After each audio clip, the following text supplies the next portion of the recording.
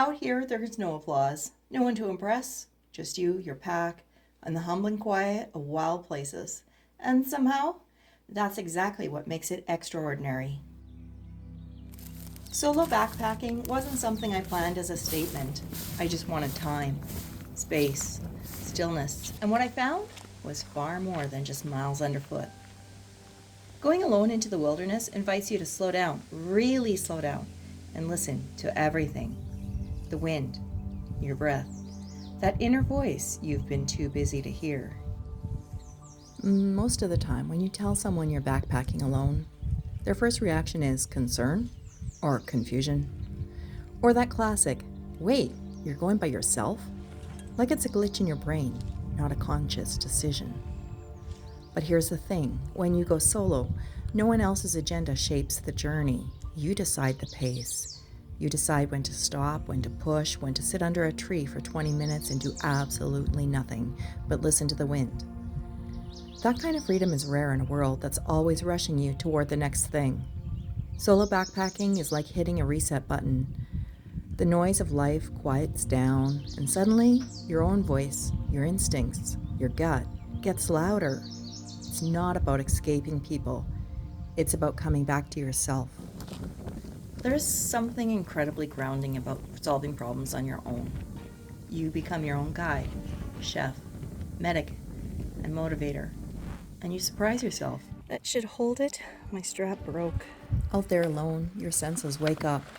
You notice how birds warn each other when you pass. You start seeing clouds like they're telling you something.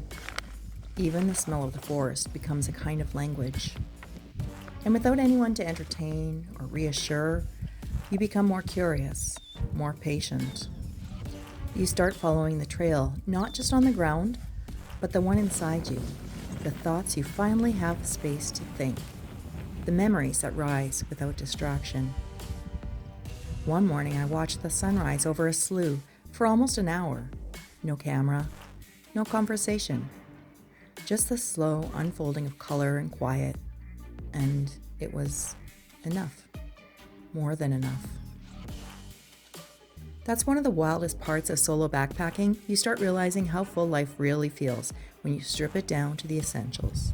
No signal, no schedule. Just you, your pack, and the sky. When no one's talking, nature speaks.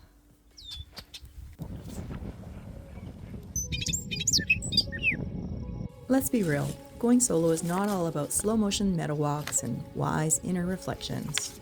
Sometimes it's a hailstorm with no tree cover. Sometimes it's a missing turn and getting that tight feeling in your chest like, cool, cool, cool. I live here now. I won't romanticize it, guys. There has been some hard moments. Solo treks have their hard moments. There's been fear, mistakes, cold nights, heavy packs.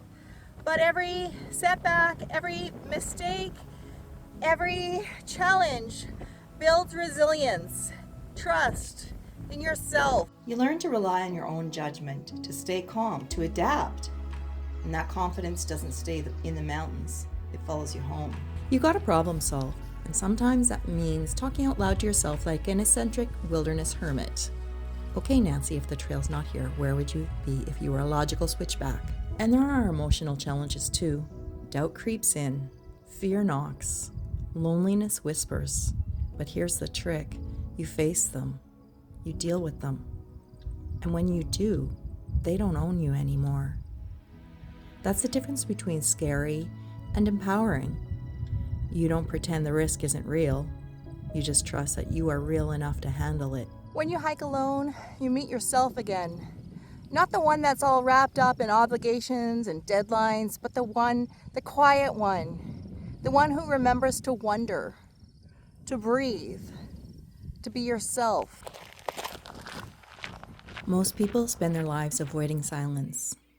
But when you backpack solo, silence becomes your companion.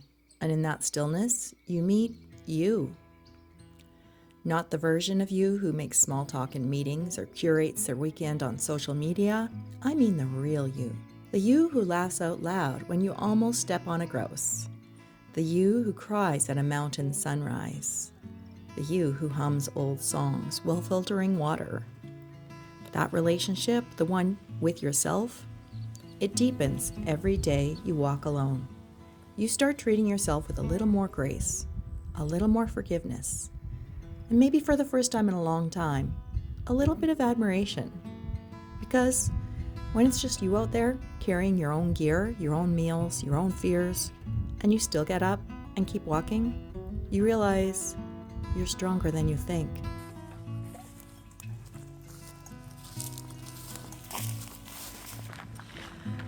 So I just want to give some special mentions out in this video. I want to give one to Ellen Oxendine. Ellen's been a follower of this channel, loyal subscriber. He comments on almost every video, and he hikes in southern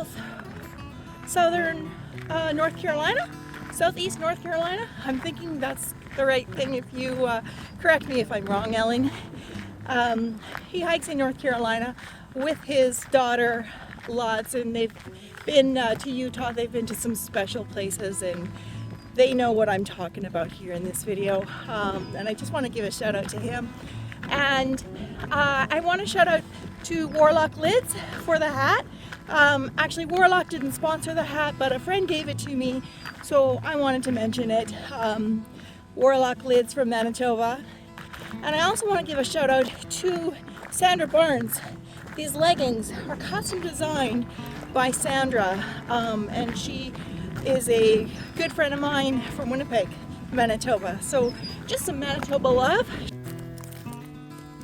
If you've ever felt the pull to go solo, trust it. Start small, be smart, prepare well, and then go see who you are when it's just you in the wild.